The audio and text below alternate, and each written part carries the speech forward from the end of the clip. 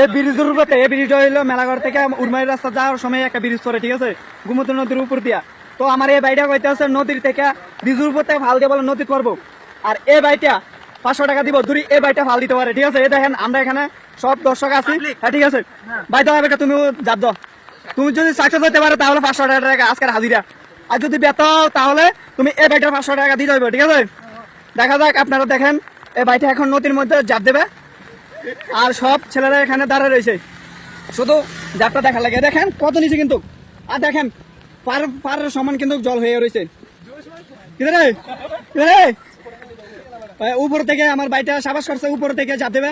দেখা যাক, আপনারা দেখেন।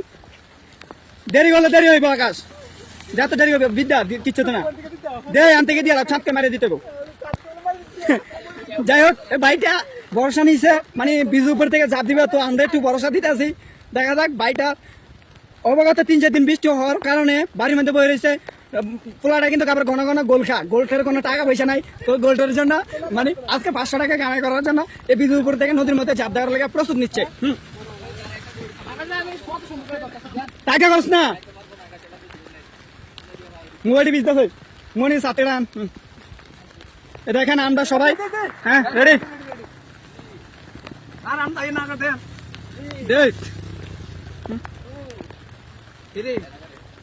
দেখেন আপনারা এই বাড়িটা একটু ভয় লাগবে, আশা করি ভয় লাগবে না, কারণ পোলাটা হয়েছে গোলখুর, গোল খাইতে পারে না অনেকদিন ধরে হলো।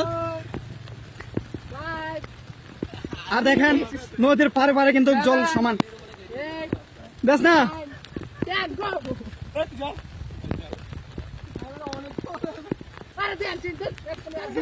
তাড়াতাড়ি দে, এখানে আমরা বিস্তাসী অবগত 3-4 দিন ধরে বৃষ্টির মধ্যে।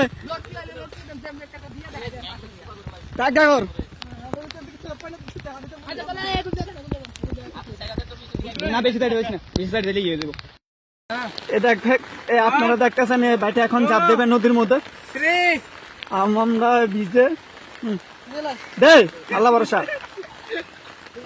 রাখেল না মারে কে তুই গোলটা টিয়া কর।